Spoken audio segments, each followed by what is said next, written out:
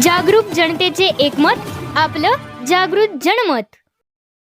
महादुरीसाठी आंदोलन केलेल्या नागरिकांवरील गुन्हे मागे घेण्यासाठी मुख्यमंत्र्यांची भेट घेणार आमदार यड्रावकर.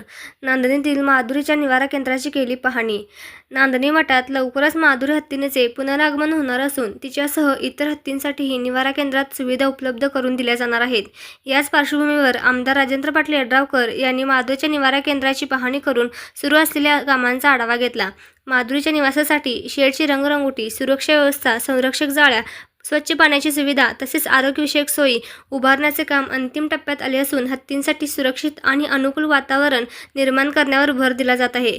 महादुरीच्या पुनरागमनामुळे परिसरात उत्साहाचे वातावरण असून तिच्या स्वागताची तयारीही जोरात सुरू आहे. यावेळी बोलताना आमदार यड्रावकर यांनी सांगितले की महादुरीच्या आगमनामुळे मठ परिसरातील प्राणी संवर्धन उपक्रमाला बळ मिळणार असून हे ठिकाण पर्यटक आणि प्राणीप्रेमींसाठी आकर्षणाचे केंद्र ठरेल.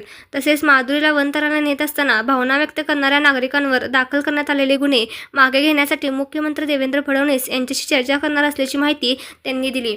या पाहणी दौऱ्यात जिनसेन भट्टारक पट्टाचार्य महास्वामी, वनतराचे धर्मेश सयानी, घनश्याम पडरिया, जिल्हा परिषद सदस्य प्रचिता कोळी, सरपंच संगीता तगारे, माजी सभापती मीनाक्षी कुर्डे, मायगोंड पाटील, सागर शंभू शेट्टे, संजय बोरगावे, बाहुबली चौगुले, PL आंबी, बाबासो बागडी, प्रशांत लड्डे, राकेश पाटील सावंतरे, पवन टारे, सुजय पाटील, संजय कुर्डे, रोहन पाटील, निखिल टारे आदी उपस्थित होते. जागृत जनमत न्यूजसाठी नांदणीहून संपादक विनोद पाटील.